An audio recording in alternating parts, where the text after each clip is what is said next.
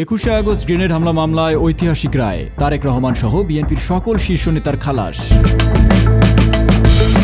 সমাবেশের স্থান পরিবর্তন নিয়ে নতুন বিতর্ক। কেন শেষ মুহূর্তে মুক্তাঙ্গন ছেড়ে দলীয় কার্যালয়ের সামনে গিয়েছিল আওয়ামী লীগ? শেখ হাসিনার সংক্ষিপ্ত ভাষণ ও ট্রাক মঞ্চ রহস্য। কেন বারবার প্রশ্ন উঠছে সেদিনের নিরাপত্তা নিয়ে? আইভি রহমানের মৃত্যু ও তৎকালীন রাজনৈতিক মেরুকরণ, প্রকৃত সত্য কি তবে এখনও আড়ালে? উড়োচিঠির বিশেষ সংবাদ বুলেটিনে আপনাদের স্বাগতম। বাংলাদেশের রাজনীতির ইতিহাসে 2004 সালের 21শে আগস্ট একটি কালো দিন হিসেবে চিহ্নিত। ঢাকার বঙ্গবন্ধু এভিনিউয়ে আওয়ামী লীগের সমাবেশে সেই ভয়াবহ গ্রেনেড হামলায় প্রাণ হারিয়েছিলেন 24 জন। দীর্ঘ 22 বছর পর সেই ঘটনার বিচারিক প্রক্রিয়ায় এসেছে এক বড় পরিবর্তন। উচ্চ আদালত এই মামলার রায় ঘোষণা করে তারেক রহমান ও লুৎফুজ্জামান বাবর সহ অভিযুক্তদের খালাস দিয়েছেন। তবে এই রায়ের পাশাপাশি সেদিনের ঘটনার নেপথ্যে থাকা কিছু পুরনো প্রশ্ন আবারও নতুন করে আলোচনায় এসেছে। এ নিয়েই আমাদের আজকের এই বিশেষ প্রতিবেদন। 2004 সালের 21শে আগস্ট বিকেলবেলা ঢাকার বঙ্গবন্ধু এভিনিউ তখন রণক্ষেত্রে পরিণত হয়েছিল। শেখ হাসিনার বক্তব্য শেষ হওয়ার পরপরই বৃষ্টির মতো নেমে আসে আরজেস গ্রেনেড। কিন্তু এই ভয়াবহ হামলার নেপথ্যে কি ছিল কোনো পরিকল্পিত নীল নকশা?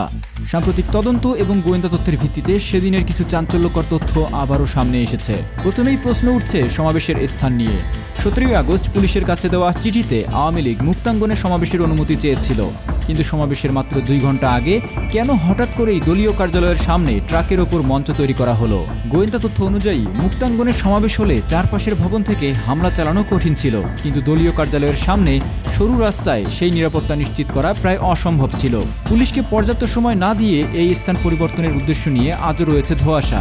হামলার ধরন বিশ্লেষণ করলে দেখা যায় মঞ্চ হিসেবে ব্যবহৃত ট্রাকটিকেই কেন বেছে নেওয়া হয়েছিল। শেখ হাসিনা সাধারণত বড় সমাবেশে স্থায়ী বা মজবুত মঞ্চ ব্যবহার করলেও সেদিনের ট্রাক মঞ্চ ব্যবহারের সিদ্ধান্তটি ছিল রহস্যজনক। প্রত্যক্ষদর্শীদের মতে শেখ হাসিনার সেদিনের ভাষণ ছিল অত্যন্ত সংক্ষিপ্ত এবং অগোছালো। 18 থেকে 20 মিনিটের সেই বক্তৃতায় তিনি যেন কিছুর একটা অপেক্ষা করছিলেন। গ্রেনেড হামলার ঠিক আগ মুহূর্তে শেখ হাসিনার পাশে থাকা নেতাদের অবস্থান এবং আইভি রহমানের ট্রাজিক মৃত্যু রাজনৈতিক অঙ্গনে এক বিশাল প্রশ্নের জন্ম দেয়। দীর্ঘ সময় ধরে চলা এই মামলায় তৎকালীন বিএনপি জামাত সরকারের বিরুদ্ধে জজ মিয়া নাটক সাজানোর অভিযোগ ছিল আওয়ামী লীগের। তবে 2026 সালের জানুয়ারিতে এসে উচ্চ আদালতের দেওয়া রায়ে দেখা যাচ্ছে ভিন্ন চিত্র। আদালত তথ্য প্রমাণের ভিত্তিতে তারেক রহমান সহ বিএনপি নেতাদের এই হামলা থেকে অব্যাহতি দিচ্ছে। আদালতের পর্যবেক্ষণ অনুযায়ী রাজনৈতিক উদ্দেশ্যে অনেককেই এই মামলায় জড়ানো হয়েছিল। এই রায়ের পর সাধারণ মানুষের মনে এখন একটাই প্রশ্ন, যদি এরা দায়ী না হন তবে কারা ঘটিয়েছিল সেই নৃশংস হত্যাকাণ্ড? কেন আজ পর্যন্ত সেই ঘটনার প্রকৃত মাস্টারমাইন্ডদের আড়ালেই রাখা হলো? রাজনৈতিক প্রতিহিংসার খেলায় কি তবে হারিয়ে যাচ্ছে 24টি তাজা প্রাণের আত্মদানের প্রকৃত বিচার?